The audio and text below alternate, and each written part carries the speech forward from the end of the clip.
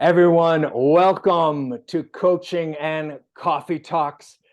We have a return visit from my friend Joe Basile in from the internet entertainment capital of maybe the internet too, capital of the world, Hollywood, Los Angeles, California. Joe is an award-winning director of the film West End, as well as Dude, acting in a movie. Yeah, you went on the what are you talking about? You went on the festival route and you won awards. I did. Um, he also has worked extensively as an actor, trading lines with the likes of Angelina Jolie, Joe Pesci, and Eric Roberts. Not me. I never traded lines with Eric Roberts. I might have directed him, but I've never traded lines with him, Scott. You traded dirty looks. I traded lines. I'll say I'll trade lines with him because I have spoke to him. So yes, I've traded lines with him. Welcome. Thank you, sir. And I think the reason why we're here is just it is to just continue this conversation that we've been having, where in the blog I've been writing a lot about, as I explore my kind of childhood trauma, as I learn that it is traumatic, just to have a mother that even if there's not physical and sexual assault, that it's traumatic, There's a to not have your needs met, which is, you need to feel loved, you need to have physical closeness, you need to, feel safe, you need to be supported for who you are. You need to have this like this secure attachment with your mother. Yes. Which both had problems in that area. And I was just thinking, so many people that end up in the creative arts are coming from a traumatic childhood, actually, maybe not getting, I don't know if it's as transactional as like, hey, I didn't get the attention when I was a kid, so I'm going to go in front of this audience and see how I do there. But sometimes it seems like it's like that. Your thoughts?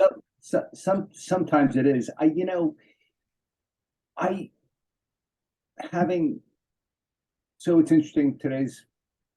Today would be my father's, God knows what year, birthday. Really? Uh, Wow. Okay. and it's interesting that we talk about it we talk about this today. I think, as we talk, as I look at it, as I think about it, because I've sort of dove in. Yeah. Nurture versus nature. Mm. And I don't know if that's the correct way of phrasing it, but when I'm going to speak, and correct me if I'm wrong. Well, tell us your experience too. Yeah, but after this thought, yeah. So my pop died when I was 17, and I had a mother who was. My sisters are probably, if they ever see this, they're going to be like, "Oh my God, I can't believe it." He said all this. I had a mother that was her person was stunted by her abuse growing up. Mm. And her abuse was probably much greater than she ever wanted to admit. Mm. So I had a mother that admitted that she should have never been a mother to me. Mm.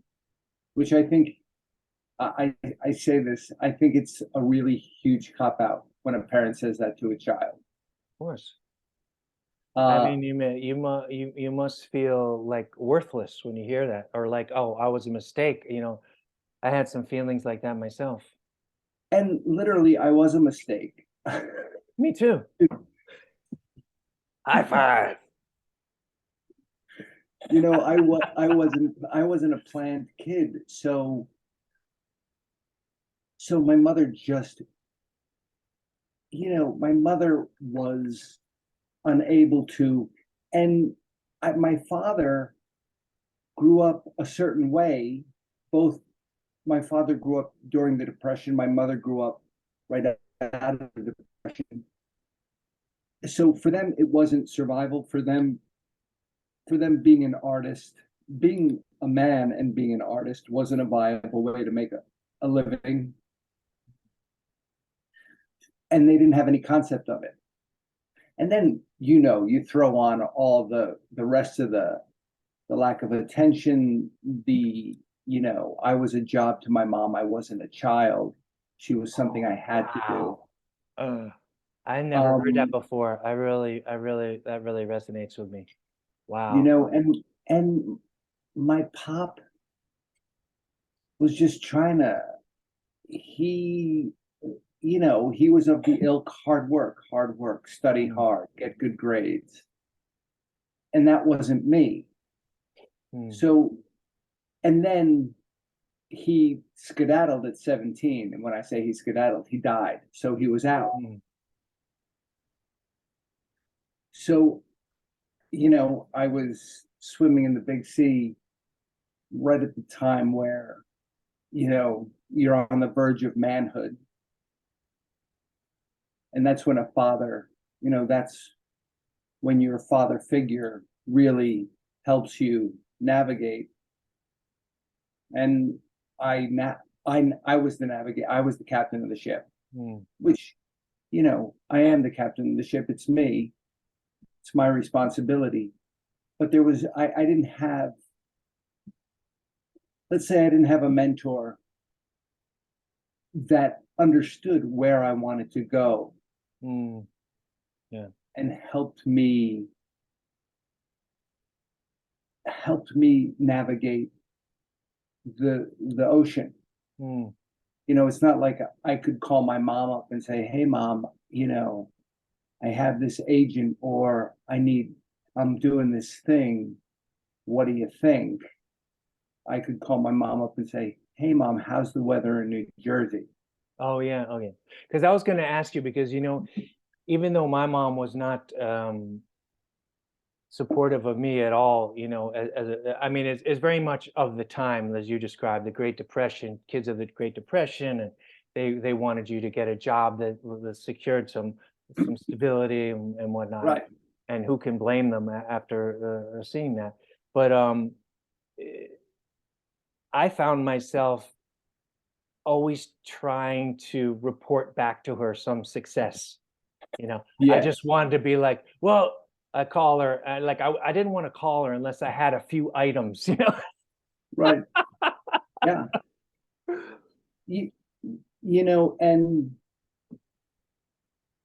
and and even when I had even when I was going to be on television, or I had gotten an episode of a TV show, um, when I graduated grad school,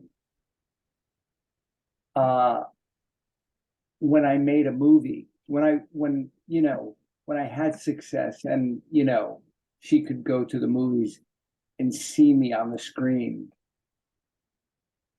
when she went to a movie that I had made, it was still she was still unimpressed. I was never going to impress her. Mm. And to and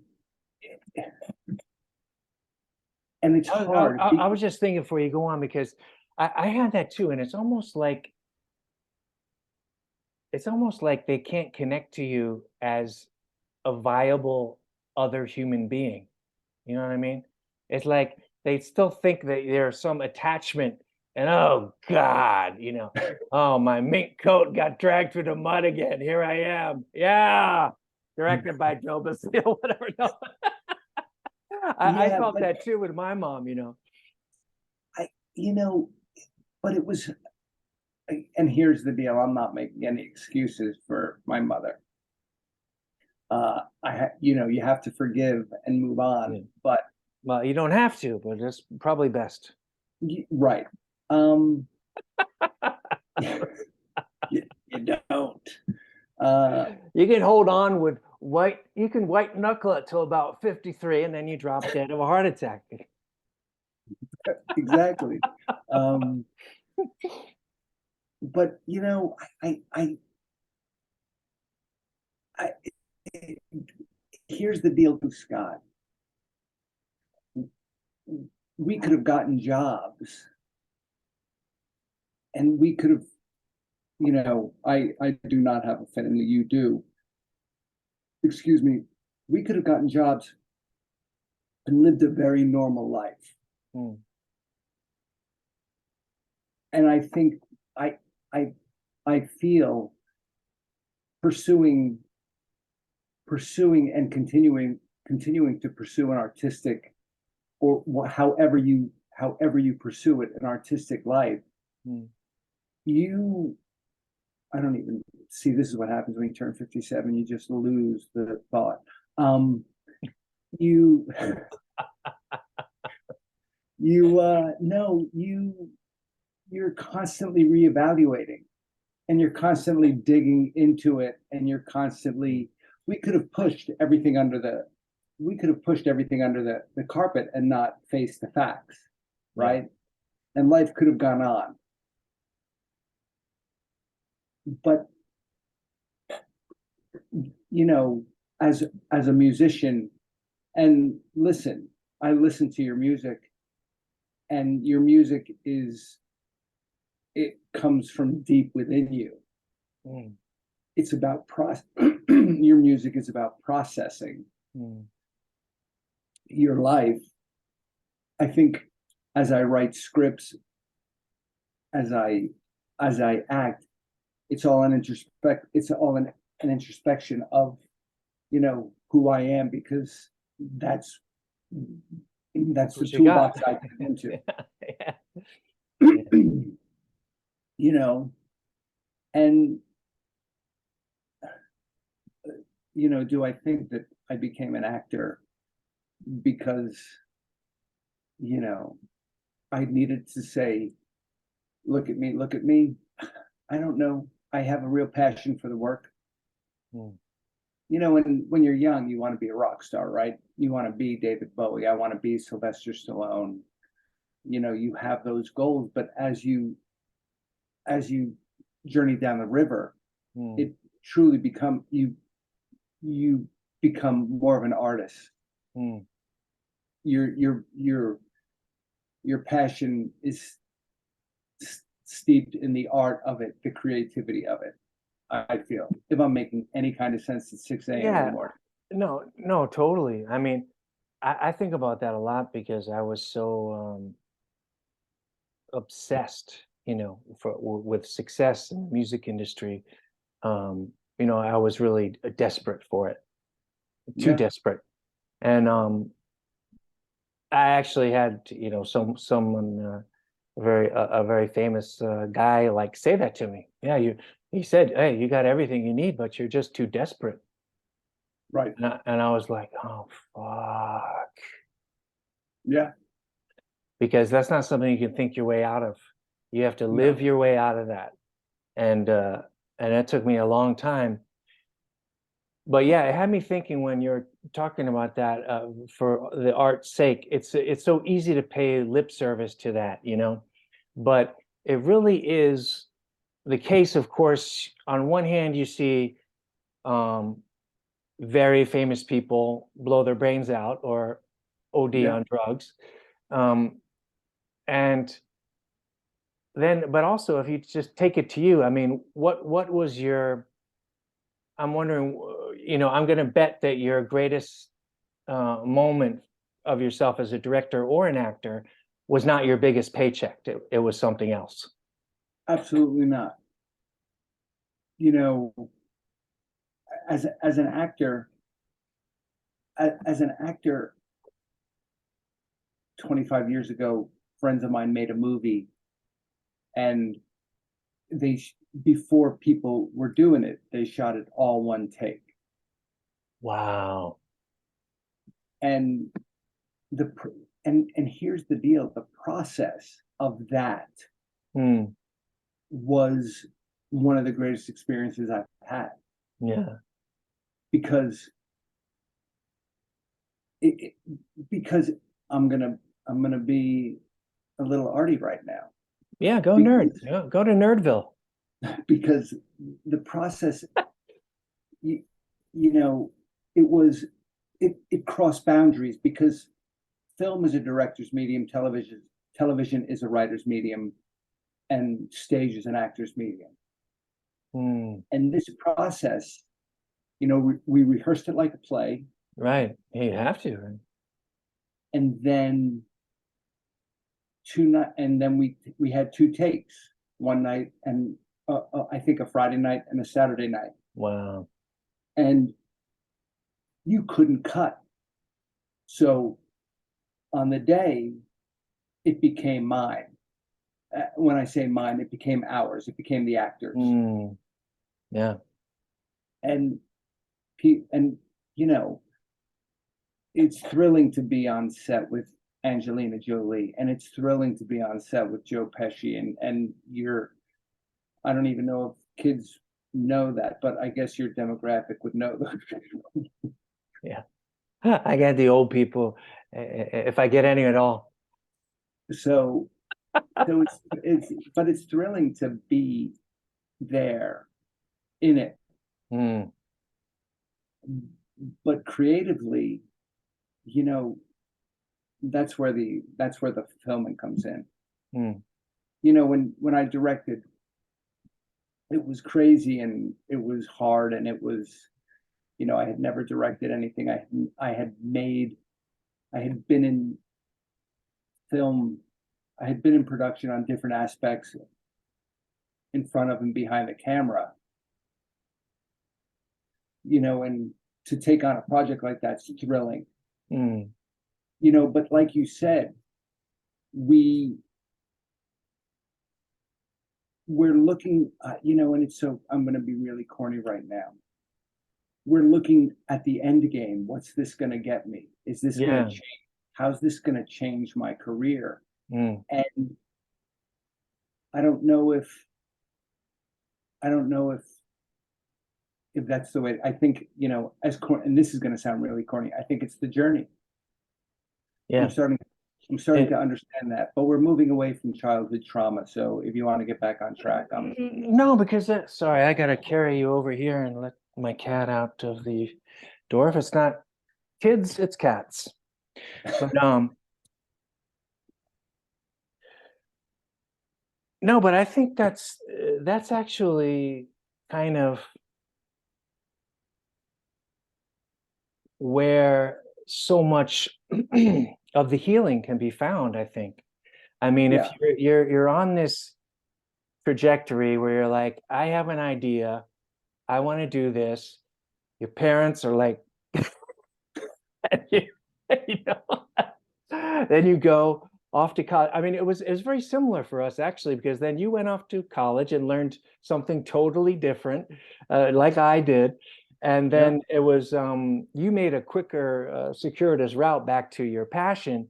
Uh, but you had a little break between college and the master's in film, right? I had a huge, it was, we graduated in 1987, 88, Yeah. and I graduated grad school 2002. Okay. Yeah. Yeah. So you also, it was like a circuitous route Yeah, around to like getting to what you really want to do, and then maybe like you're talking about, and me too, having these different ideas about what success was. And one of them is, I don't know about for you, but for me it was like, I'm going to show my parents I can make a lot of fucking money at this, motherfuckers. I wanted to show them so bad. And so that was yeah, like, the financial defeats along the way were so much more heartbreaking, because they were right about me, and you just fucking, you put everything on yourself, and and so to go through that whole journey and then finally get to this point where you're creating, you have these amazing creative experiences, and where you're like, no, this is what it's all about. Yeah. And actually, that crazy fucking journey that I just have been on makes it possible for me to have access to all this stuff right now, and Yeah. to not give a fuck, you know. Like, I mean, it's like you know, I'm thinking, like, when you do these skits with your friend, you know, I'm sure people are walking by and staring, but you don't give a fuck. I mean, I know, and like when I was in high school, I'd be like, is someone looking at me? What's going on?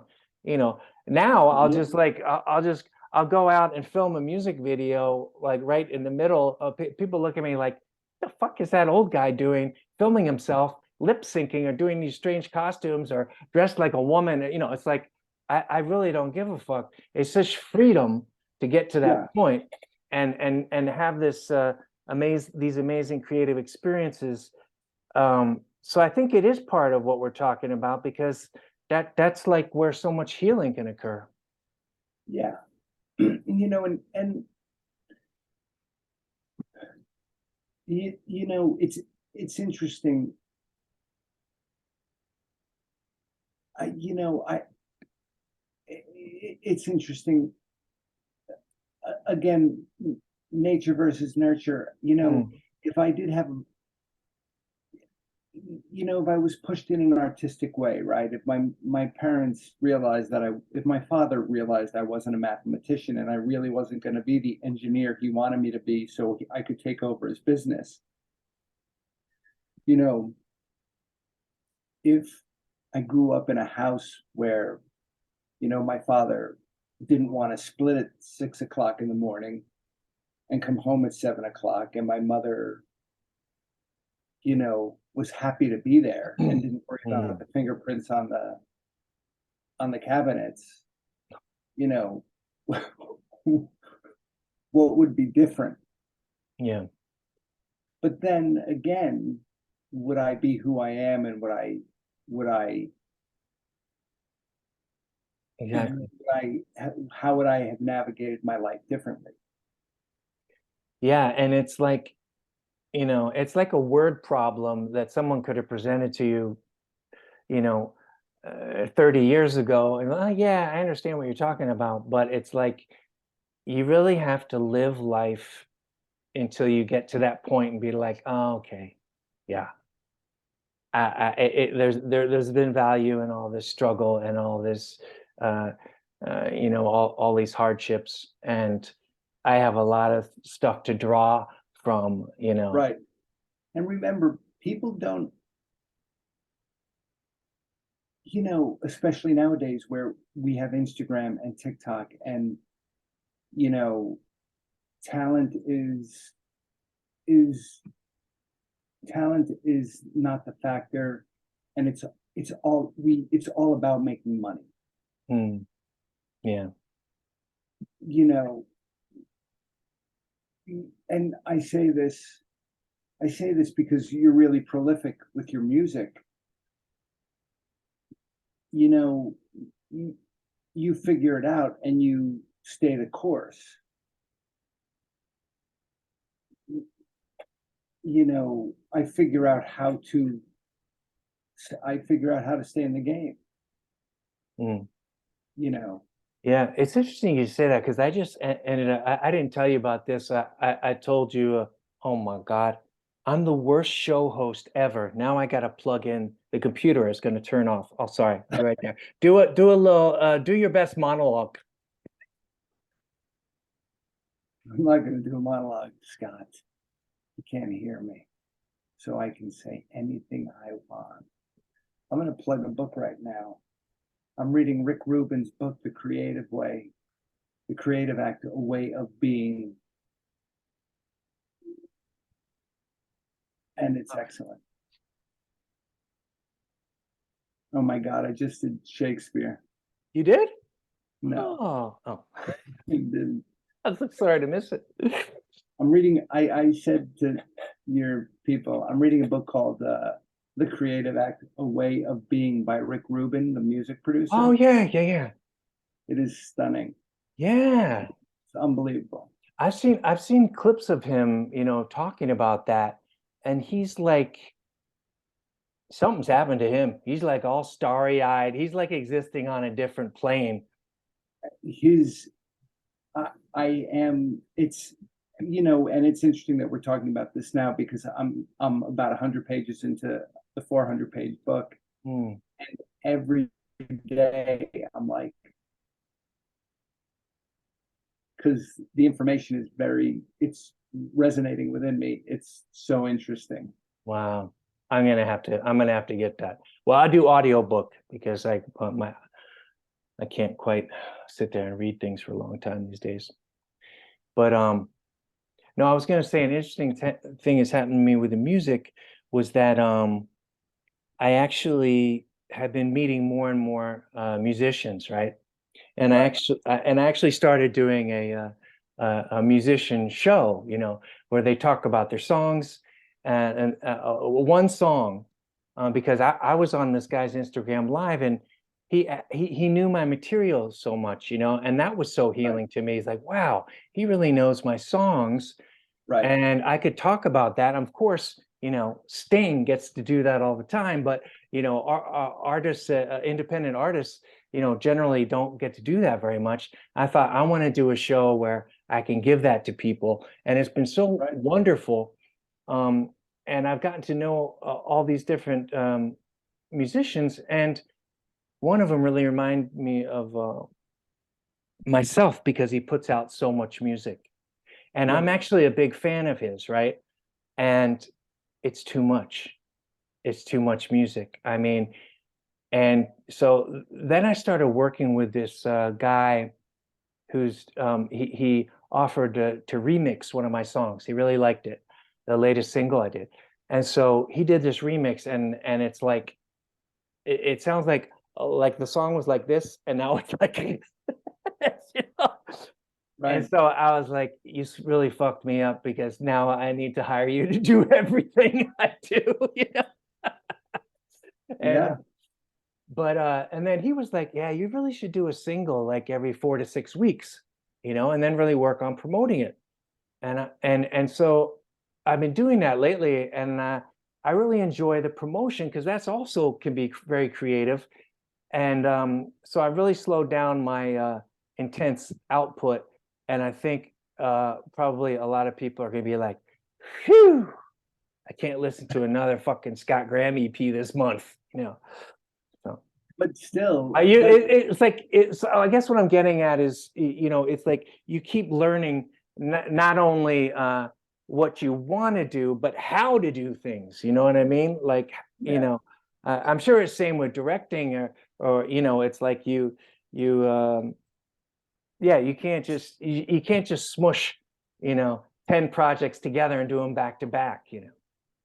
No, and it's interesting, and I'll say this with your it'll allow you to breathe probably, Mm, yeah, and it'll allow your creative, excuse me. I just had a few drinks this morning and it's um it's fine. That's what happens in Hollywood. uh it'll allow your creative process to to I think flourish because it's not about quantity, it's about quality. And I'm not saying quality is bad, but you'll be able to examine. For me, writing is rewriting, right? I open a script up. Mm, Every time I open it up, it can change. mm, yeah, It'll allow your creative process to open up. I feel yeah. Yeah, because not if you just do that first draft and then go to the first draft of the next one, of the next you one. miss all the honing and rewriting and Yeah. all that great. So yeah, so that's very similar with songwriting and that whole process. Back to my abusive mother, Scott. I'm just Yeah. kidding. Just No, I'm curious. I know I'm curious now. What do you think of when your mother comes to mind? Does it is it an angry thought in your day, or have you found forgiveness, or what happens? Because that's changed for So, me recently. so what comes to my mind when I think of my mom? A lot of shit. Mm, Um, I did forgive my mom. Uh, I did. Doesn't mean I don't get angry at her every once in a while.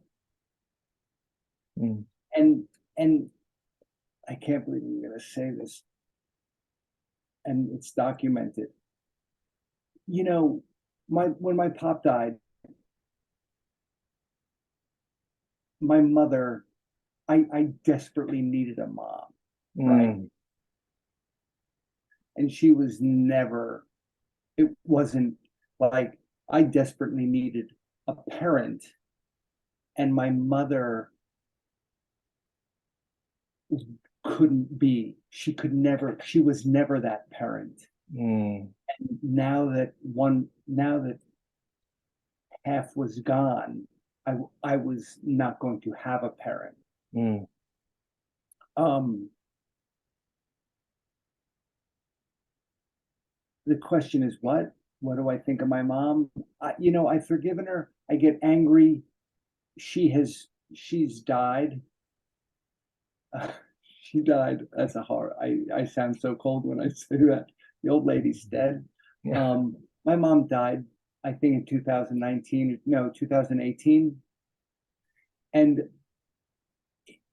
for me, the sad part is it hasn't, it never really affected my life Mm, for the good or the bad of it, because she was never a part of it. So, you know, it's not like I would call my mom up once a week and say, "Hey, mom, oh my God, yeah, you're like me. Oh yeah, I love you." That was never my relationship. yeah. So I don't know Ah, what you're like me. I love it. you know, Yeah, well, I I think I told you when my mom died, I was this is typical too of like the performer that you know, I got the gig to be like MC of my dad's funeral, right? And right, all my I have four sisters, as you know, and everyone did this little bit about my dad. And my dad made a lot of things. He was also an engineer and all these kind of things. And so I had this little scroll. I said, he made this and this and that and this and that and this and that, and then it undid and it rolled out like 6 feet, and I kept saying all the things that he made. And so I was a big hit at the funeral. right, So then I got the gig to be the MC of my mom's funeral. right, And with the difficulty with the relationship with my mom, and I stood up in front of everyone. I couldn't get a single word out. I started bawling. I uh-huh, could I couldn't even say someone help me or take over. And everyone just stood there and watched me cry unbelievably, thinking that I love this woman so much that I can't live without her. And it took me years to realize that I was mourning the mother I didn't have right. in that moment. That's what hit me when I didn't even realize it. And nobody else realized that they couldn't help me through that moment. And then I felt ashamed for the rest of the day. And then the cocktail party afterwards, people are just like coming up to me, hey, that was a rough one. Like you bombed at the Comedy Store. So I I had the same job at my mother's funeral, and the Basiles weren't shy about our mother. People fucking know, right? Mm, Everyone, you know, my mom thinks that the nice house and the manicured lawn, and yeah, mom thinks the facade, you know, that's what gets you through the pearly gates. you know, my mom's thinking the facade, everyone, people, they think we're a happy, loving family Mm, because look at the perfect lawn. yeah. But, we were very, Yeah. You know, we were very forthright in the truth of our family. Mm, So, you know, everyone knew. You know, my mother's family was super dysfunctional. mm, So my sisters, you know, I said, I'll do the speech. I got it. And they're like, Joseph. And I'm like, I got it. So, you know, um, it's the funerals, you know, I'm in New Jersey. It's the day of the funeral, and I'm like, I should write a few things down. So I start to write shit down. And my girlfriend, I go, hey, let me show you. And you know, and I'm not like, hey, I'm like, I'm a little angry. The old lady's dead. She fucking checked out, and you mm, know, I'm sad and I'm angry and I'm a little, you know, pissed off. It's the whole mm. gamut. Yeah, yeah, yeah. So I read her what I have. And Scott, I say this to you. God bless you, Mom. It's the truth, though. So there's really nothing nice to say about Mary Basile. She made a great big ziti. She was a hell of a cook, but she just wasn't the warmest person. If you were her kin, you Mm, were a burden. So, mm, you know, so my girl goes, you know, that's a little angry. Right? So I'm mm, like, what the fuck am I gonna say? mm. I'm like, holy shit. So I Lead like with a ZD. Lead with a ZD. I go, I fucking throw the paper out and I get up there. So it's time. And Mm, I'm like, what? And like, I'm walking up there thinking, what the fuck am I gonna say? So I get up there and like you, I'm like, and I can't fucking say a word. wow. Like I get choked up. And my sister, my oldest sister, God bless her, she comes up and she puts her hand on my back. And it was like the machine went and I just started talking. Oh, really? Wow.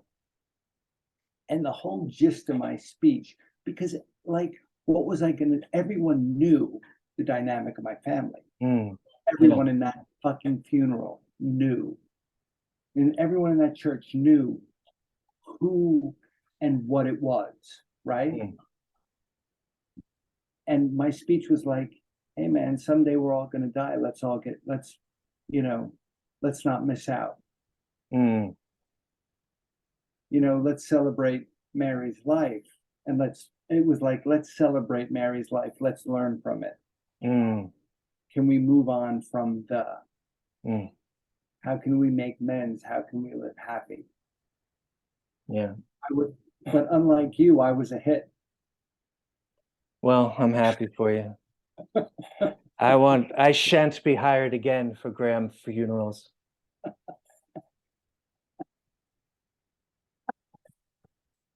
Holy fuck. But what was I But gonna say? Oh, but it's interesting because I know because also last time we talked, you're like, oh God, I hope my sisters don't see this. That's an interesting aspect of it too, because I'm the youngest. I have older sisters, yeah, and it's also interesting that often, I mean, of course, everyone can agree, you know, kind of the person the mother was, but also people experienced different mothers based on, you know, where they were, you know, you know, my oldest sister had the best experience because my mom was like, oh, a baby, you know, and she could get with it for a little bit. By the time I came along, it was like, ah. yeah, And I'm with you and there. actually my one of my sisters recently said to me, you know, I'm just wondering, did I spend a lot of time with mom? I mean, did she hold me? Did she feed me? And my second older sister said, "Oh no, you were our baby." So Yes. I wasn't even, you know, I was like passed around from my sisters, you know, was like they were like the nurse in the in-house nurses, you know.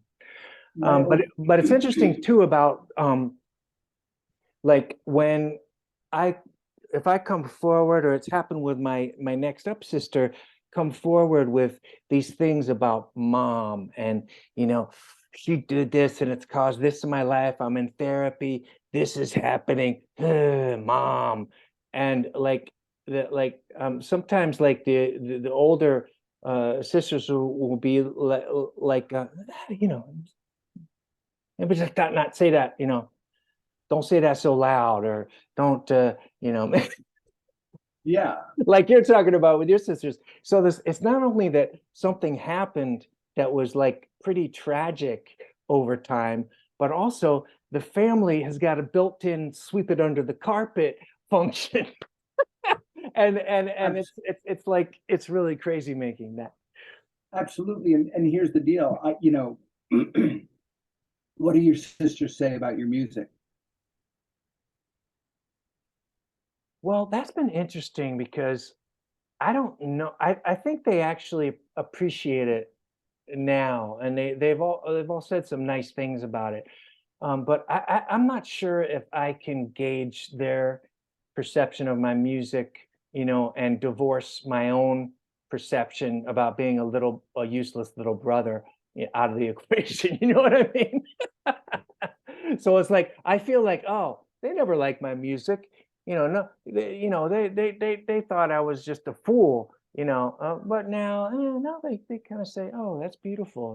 Da, da, da, You know, and this is a very interesting aspect too.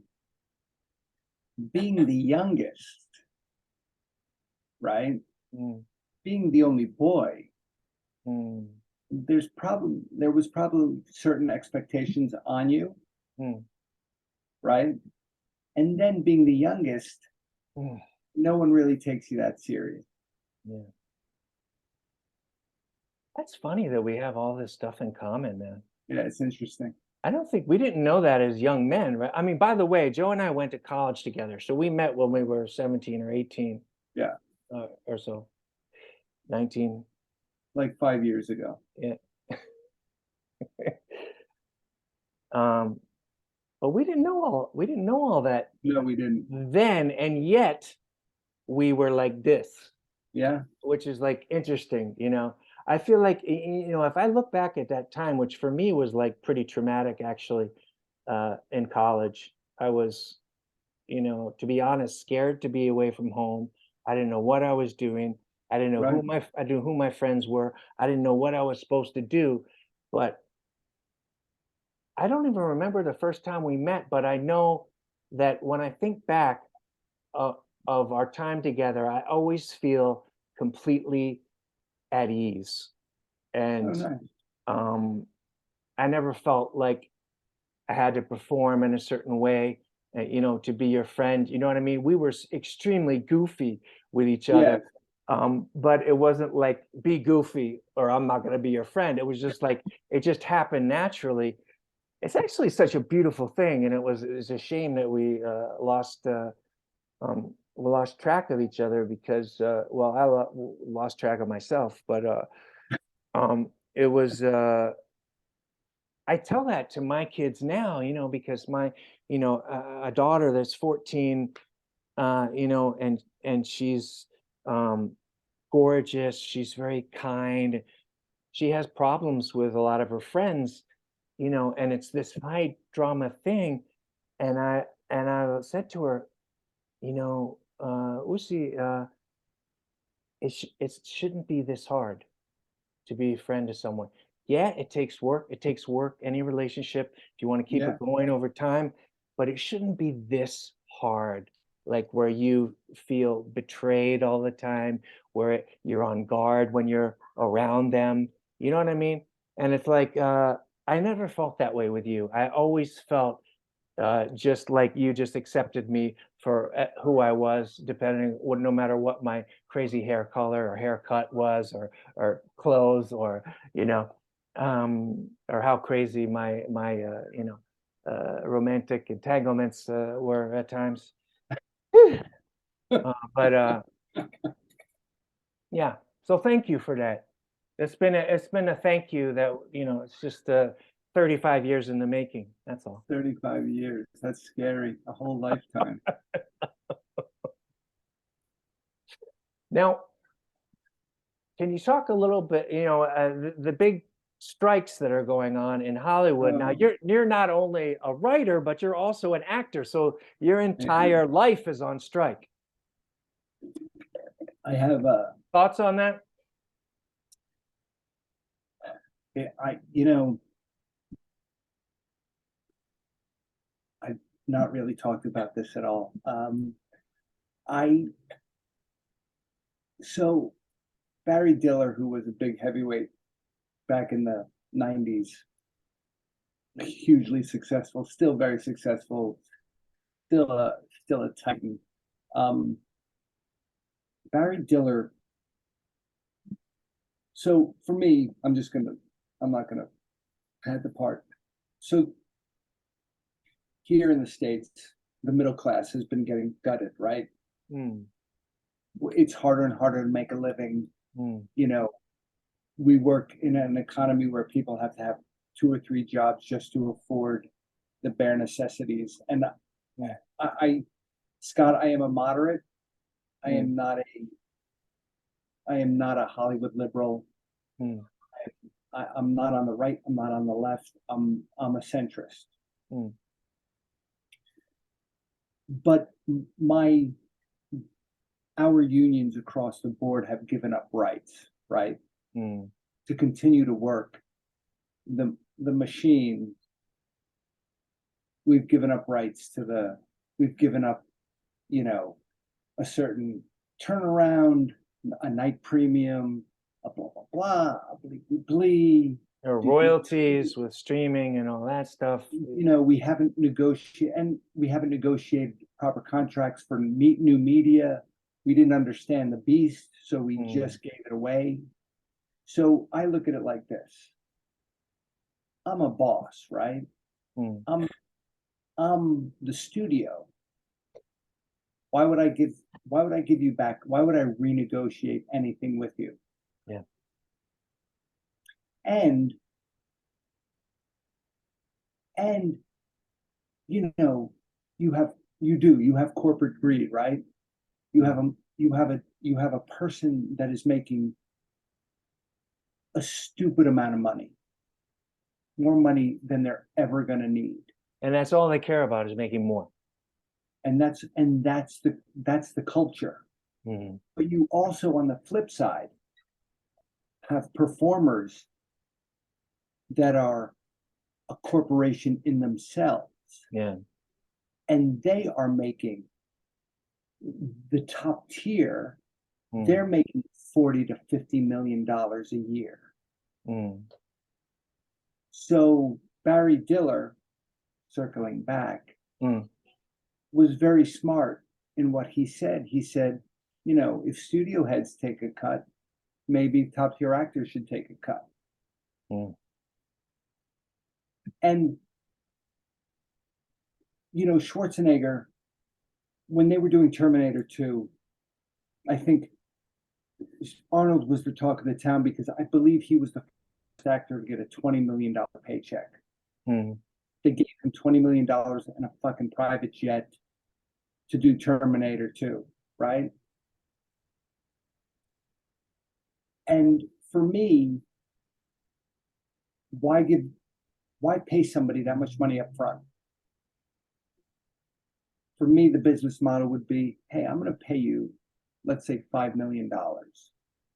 I'm going to give you a real percentage of the movie. I'm going to give you 15% of the movie Mm, because I know I understand your value. mm, And then you have the chance to make, Matrix money or, mm, Indiana Jones money or, you know, Jack Nicholson was probably one of the smartest actors in the beginning because he had a percentage of everything he did since One Flew Over the Cuckoo's Nest. wow. So so I'm going to give you a real percentage, and you can make a fucking boatload of cash. Mm, But up front, I'm not going to give it to you. But we don't, we don't have, you know, nowadays Tom Hanks, you know, all the upper tier level of talent, they all have production companies. Mm. I don't, they're not coming to the table. No, they're like coming to the table with their salary guaranteed. Do you know what I'm saying? So, right. So, you know, the middle class across the board, any Mm, job, you know, it's harder to make a living mm, because the labor force, it's all about bottom dollar. And it's become all yeah. about bottom dollar. We've Mm, become a very, I, I say this, we've become a very insensitive society, meaning, you know, when your father and my father walked into the bank, they knew that the teller knew their name. mm, You know, when my father walked into the pharmacy, hey Joe, how you doing? It's not personal anymore. It is. It's mm, bottom dollar. It's all corporate. It's all corporation. yeah. And you know, you have to. Where do you see it going? I I haven't. mean, I know a big thing is the whole AI thing, and have people have their images been captured already? There was some fine print somewhere, or they were so grateful for their job they signed away, having been scanned in all these different ways, with them looking towards AI in the future. And people like I worked on a show, and it was a sci-fi show, and there was a trailer right next to set, and you You got know, scanned for. I didn't get scanned, but like creatures, you know, anybody in a um, costume, mm, anybody that represented a certain faction of the world, mm, you know, they got scanned. mm. You know, remember too, What was I that think show, by the way? Because I love all those I'm sci-fi not shows. I'm not telling you. I just outed a company, Scott. Oh, yeah, fuck them. No, but I just discovered a show that I thought you would be so great on. Tell me. Actually, much better than the guy who was in it. Um, Thanks. The Expanse. I haven't Did you seen it. see that? It's No. actually good. Um, and oh fuck, who is in it?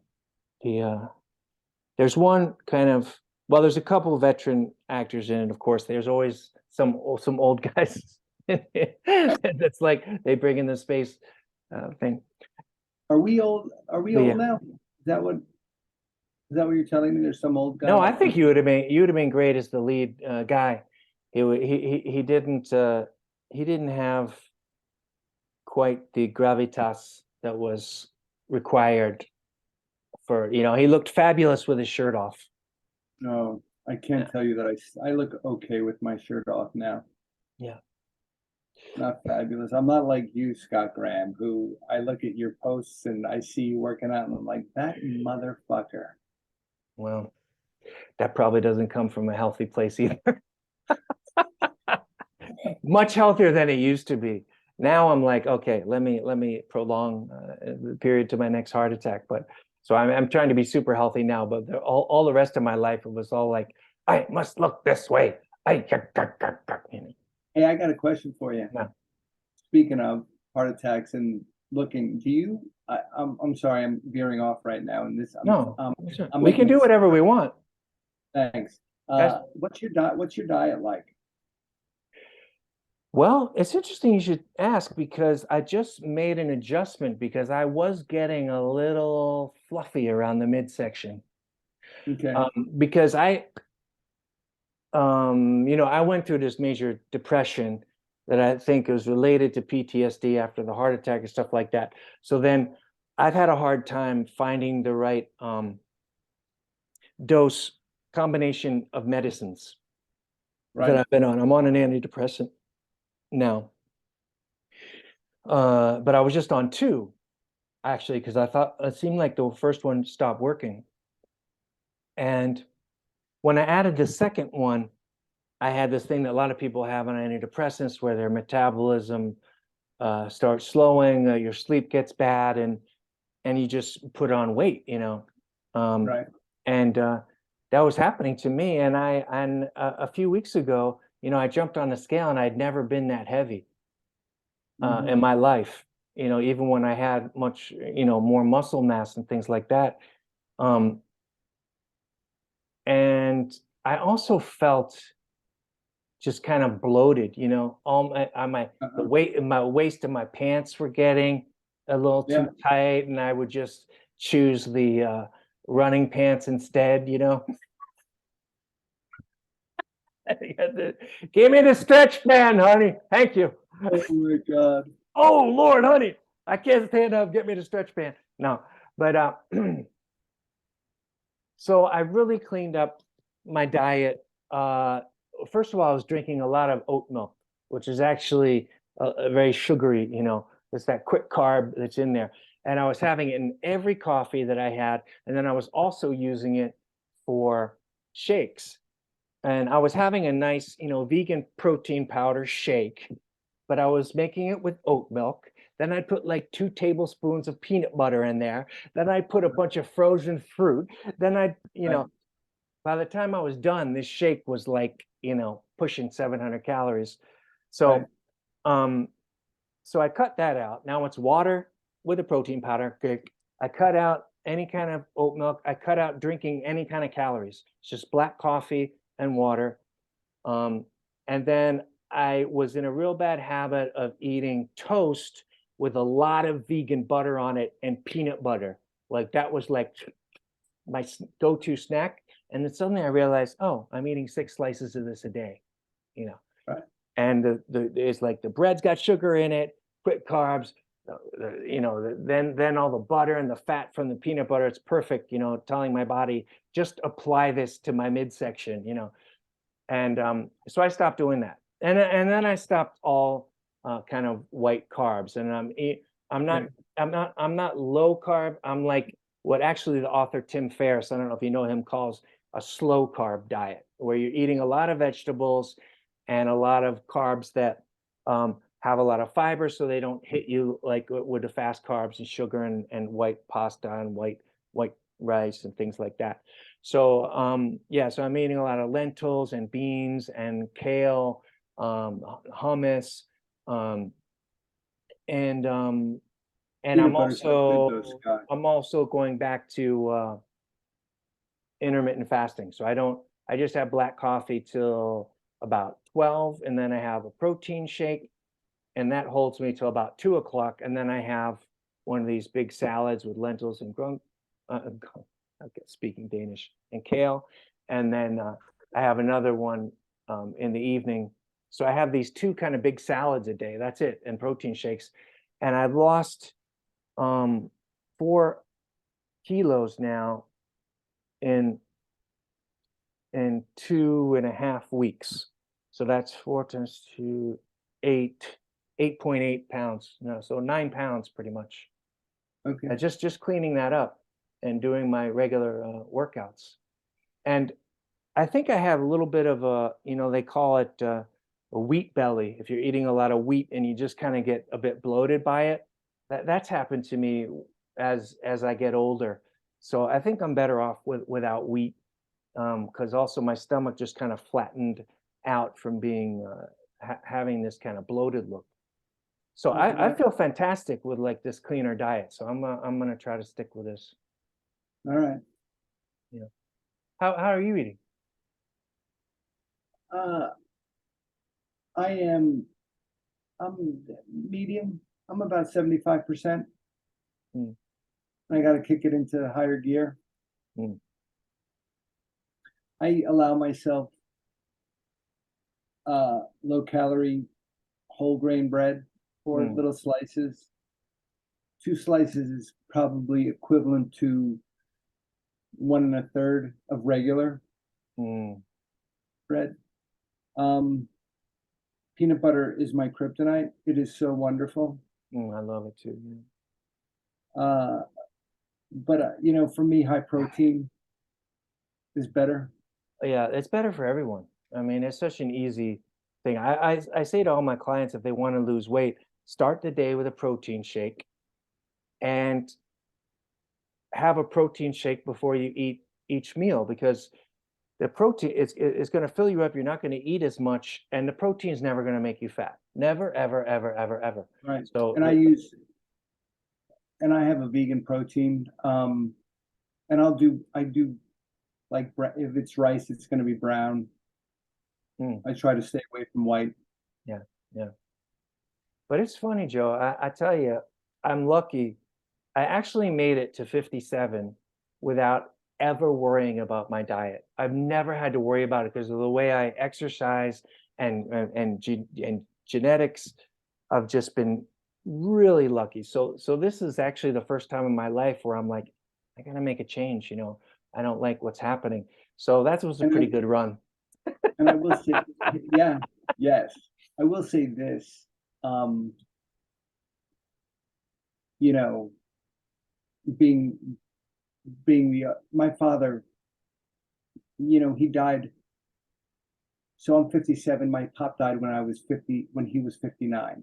Mm, And as I approach 58, as I approach 60, and as I approach the death that my father died, right? mm, Because it it's a weird, like thing when yeah, a parent dies young, because you're like, like you think, oh my God, I'm mm. coming up to that date. Those are my genes. Right. Uh, we are very different than our parents. Yeah, I mean, how did he look at 57? The You look like belly? an old man. You Yeah. look like an old man. And I'm not saying I look like a young man, but I don't look like an old man. Yeah, same with my dad. I mean, my dad was even a jogger and stuff like that, but he had quite a belly on him, you know. Yeah. By the time he was 57, I mean, he would not do a single thing that I do, you know, in training or anything like that. That's for damn sure. You So yeah, know, it's good to keep in mind that we're not. It's like you know, Peter Attia, who I follow. Is you know about him? He's a no, doctor. He specializes in longevity. Um, but he says um, genetics loads the gun, but lifestyle pulls the trigger. So yeah. you got that thing about dying 59. That's in your genes, but you've taken much better care of yourself than your dad did. Yeah. And here's the deal. My mother died when she was 86. Mm. Yeah, And, mine too. Yeah. you know, Or no, my dad was 86. Sorry. Yeah. my mom died when she was 86, and she fucking, I walked into the funeral home and I looked in the casket and I'm like, it looked like she was sleeping. She looked Mm, so good, mm. you know.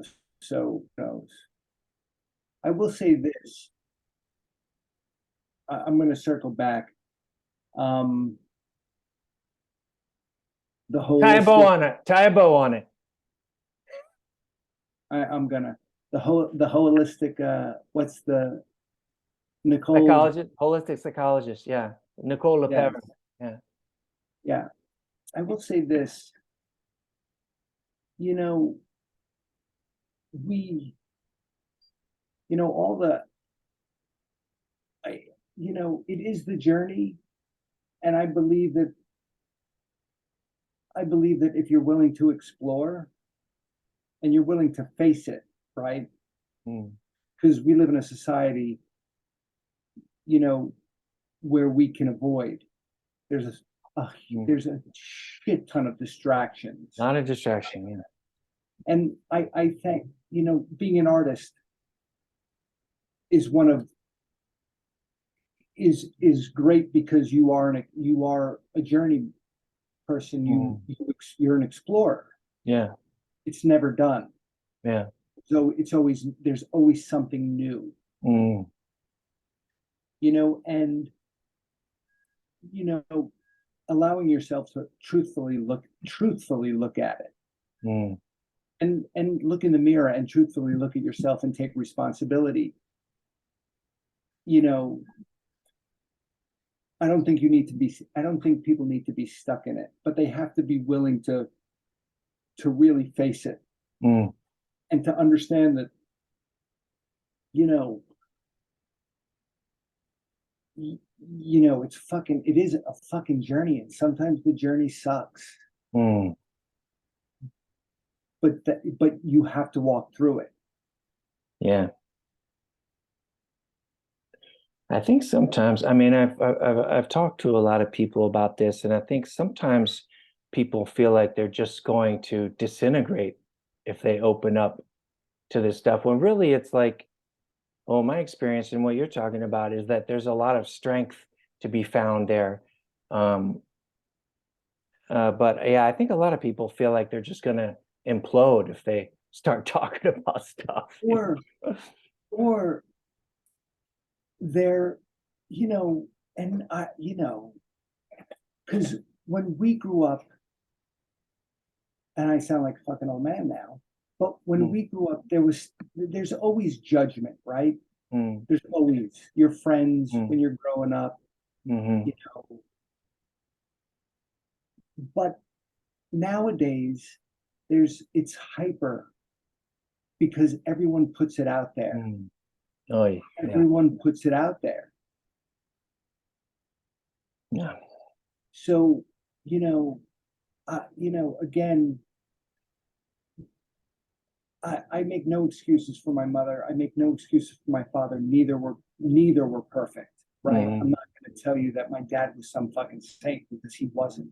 mm, But you know, we get to evolve. And I say this, because I say this to students I've taught, and mm, I tell, if someone says, "Hey man, what do you think?"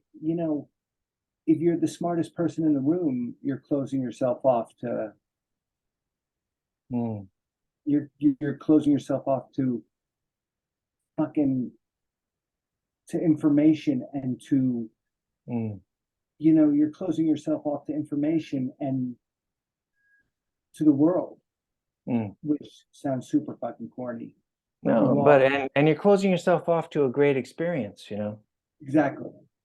You know, as a musician, you're lucky because you're you're an entity.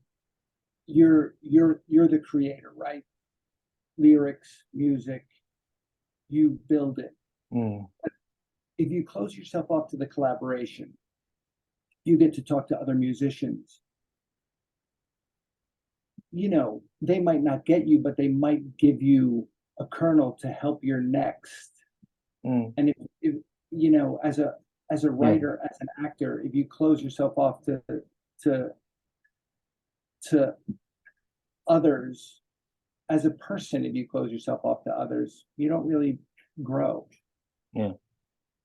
And I say this to you, and this is corny, you get old Mm, yeah.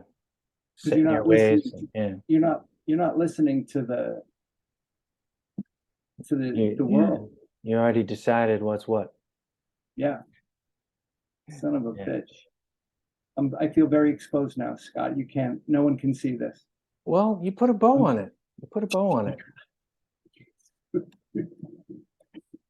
I'm going to stop this now. We'll talk, probably keep talking for another hour, but do it. thank you so much for exploring, yeah, what it's like to be a creative person coming from, some trauma in your childhood, dealing with it, finding healing along the way, redefining is, um, what is the most fulfilling thing about uh, being this kind of person, which is, these experiences, these collaborations, this creating, rather than this line of Lamborghinis, Maseratis, and Ferraris. It would have been really nice Of though, just one. Scott. What's the car? What is the car? What did you want? um it changes. I wanted a garage full of cars. Probably a 70 vet in there. Okay. My daily driver, if anyone wants to gift me, would be an Audi RS6 Avant. Okay. I don't even know what that is, but It's sounds an good. souped up station Is wagon. it? Oh, a station wagon. Okay. I was wondering if it was the little Audi sports car that's zippered around here too. Yeah. Oh no. When I was a kid, it's like, the poster. It was the Lamborghini Countach, that white Countach. Yeah, absolutely. One had it. I thought it was a huge car. I was very, when I Small. saw It's one in like, person, I was like, oh, but looks like a fancy go-kart. a Porsche 911 is a benchmark. I would love, Hmm. you know, but I'm good with I my drove a Porsche Carrera one time. That was my they're brother-in-law great. had one of those. Yeah, but it was like driving a go-kart. That's what it's like. Yeah, No my suspension and hugging and possibly hugging to it. I'm very happy with my Volkswagen GTI when it's all said and done. Bless you for doing this. I'm going to Are stop. you See you next time, everybody that got this far.